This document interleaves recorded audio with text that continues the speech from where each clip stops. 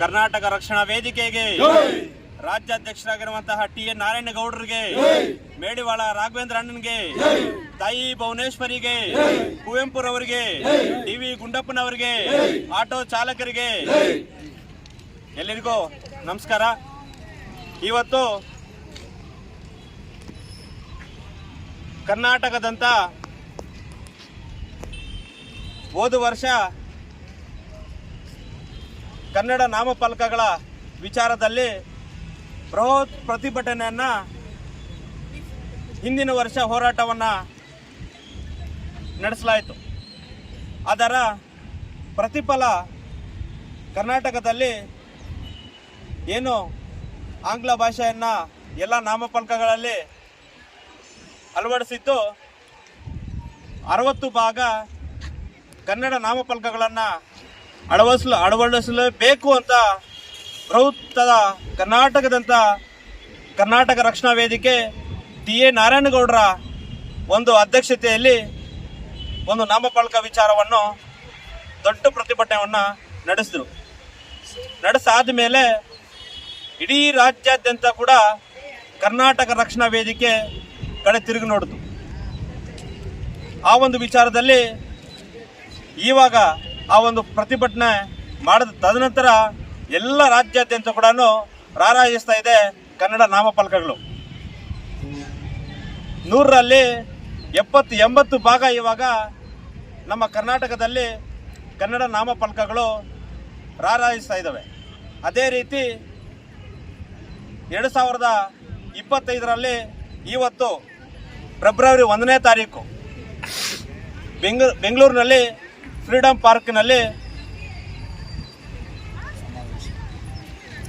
ಬೃಹತ್ ಮಹಾ ಸಂಘರ್ಷ ಯಾತ್ರೆ ಅಂತ ಹೇಳಿಬಿಟ್ಟು ಇವತ್ತು ಫ್ರೀಡಂ ಪಾರ್ಕಿನಲ್ಲಿ ಒಂದು ರಥಯಾತ್ರೆಯನ್ನು ಚಾಲನೆ ಮಾಡೋದ್ರ ಮುಖಾಂತರ ಹಮ್ಮಿಕೊಂಡಿದ್ದು. ನಮ್ಮ ಕೋಲಾರ ಜಿಲ್ಲೆಯಿಂದ ಒಂದು 2,000 ಜನಗಳು ನಾವೆಲ್ಲರೂ ಕೂಡ ಅದರ ಭಾಗಿಯಾಗ್ತಾ ಇದ್ದೀವಿ. ವಿಶೇಷವಾಗಿ ನಮ್ಮ ಮುಳುಬಾಗಿಲು ಇವತ್ತು ನಾವೆಲ್ಲರೂ ಕೂಡ ಆಟೋ ಘಟಕದ ವತಿಯಿಂದ ನಮ್ಮ ಎಲ್ಲ ಕರ್ನಾಟಕ ರಕ್ಷಣಾ ವೇದಿಕೆ ಸದಸ್ಯರು, ಹೋಬಳಿ ಸದಸ್ಯರು ಮತ್ತು ಪಂಚಾಯತಿ ಸದಸ್ಯರು, ನಗರ ಘಟಕ ಅಧ್ಯಕ್ಷರುಗಳು ಎಲ್ಲರೂ ಕೂಡ ಭಾಗಿಯಾಗ್ತಾ ಇದ್ದೀವಿ ಫ್ರೀಡಂ ಪಾರ್ಕ್ನಲ್ಲಿ. ಆ ಒಂದು ಸಮಾವೇಶ ಏನಪ್ಪ ಅಂದರೆ ಮುಂದಿನ ಕನ್ನಡಿಗರಿಗೆ ಉದ್ಯೋಗ ಸಿಗಬೇಕು, ಬ್ಯಾಂಕ್ಗಳಲ್ಲಿ ಕನ್ನಡಿಗರಿಗೆ ಉದ್ಯೋಗ ಸಿಗಬೇಕು, ಎಲ್ಲೋ ಬೇರೆ ಹೊರ ರಾಜ್ಯಗಳಿಂದ ಬಂದಂತಹ ಒಂದು ಬೇರೆಯವ್ರಿಗೆ ಇಲ್ಲಿ ಆಡಳಿತ ಕೊಡಬಾರದು, ಕನ್ನಡಿಗರೇ ಇಲ್ಲಿ ಕರ್ನಾಟಕದಲ್ಲಿ ಕನ್ನಡಿಗರೇ ಸಾರ್ವಭೌಮ ಅನ್ನೋ ಒಂದು ಮಹಾ ಸಂಘರ್ಷ ಯಾತ್ರೆ ಇವತ್ತು ಚಾಲನೆ ನೀಡ್ತಾ ಇದ್ದಾರಂತ ನಮ್ಮ TN ನಾರಾಯಣಗೌಡರು ಅಧ್ಯಕ್ಷರಾಗಿರುವಂಥವರು. ಇಡೀ 31 ಜಿಲ್ಲೆಗಳಲ್ಲಿ ಮಹಾ ಸಂಘರ್ಷ ಯಾತ್ರೆ ನಡೆಯುತ್ತೆ ಇವತ್ತಿನ ಮುಖಾಂತರ.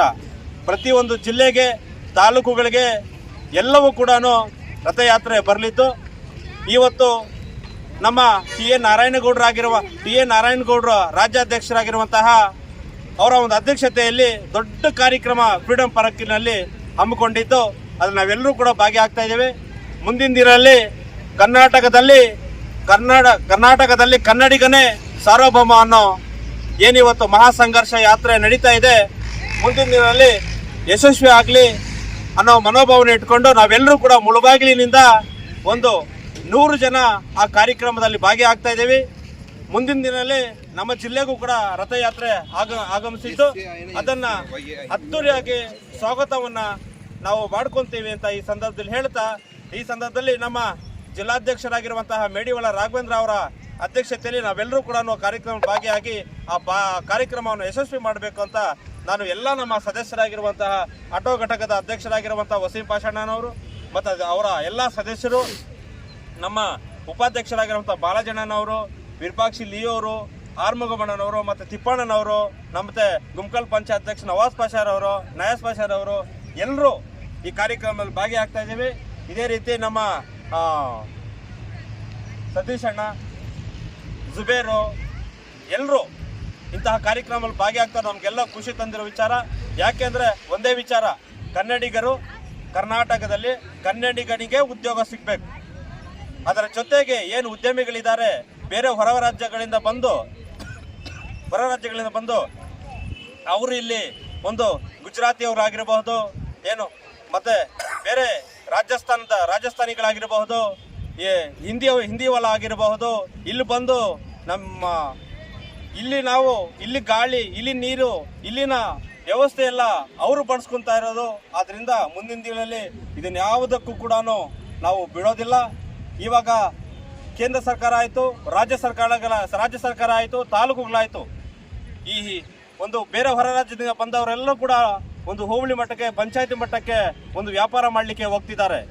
ಆದ್ರಿಂದ ನಮ್ಮ TN ನಾರಾಯಣಗೌಡರ ಒಂದು ಅಧ್ಯಕ್ಷತೆಯಲ್ಲಿ ಯಾವುದೇ ಕಾರಣಕ್ಕೂ ಬೇರೆ ಹೊರ ರಾಜ್ಯದಿಂದ ಬಂದವರಿಗೆ ಅವಕಾಶ ಮಾಡಿಕೊಡಬಾರದು. ಇಲ್ಲಿ ಕರ್ನಾಟಕದಲ್ಲಿ ಕನ್ನಡಿಗನೇ ಸಾರ್ವಭೌಮ ಅನ್ನೋ ಒಂದು ರಥಯಾತ್ರೆಯನ್ನು ಇವತ್ತು ಚಾಲನೆ ಮಾಡ್ತಾ ಇದ್ದಾರೆ.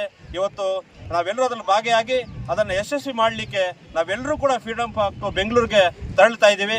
ಈ ಒಂದು 2 ಮಾತನ್ನು ಮಾತಾಡಲಿಕ್ಕೆ ಅವಕಾಶ ಮಾಡಿಕೊಟ್ಟ ತಮಗೆಲ್ಲರಿಗೂ ಕೂಡ ಮನಸುತ್ತಾ ಇನ್ನು 2 ಮಾತನ್ನು ಮುಗಿಸ್ತಾ ಇದ್ದೀನಿ. ನಮಸ್ಕಾರ. ಜೈ ಹಿಂದ್, ಜೈ ಕರ್ನಾಟಕ.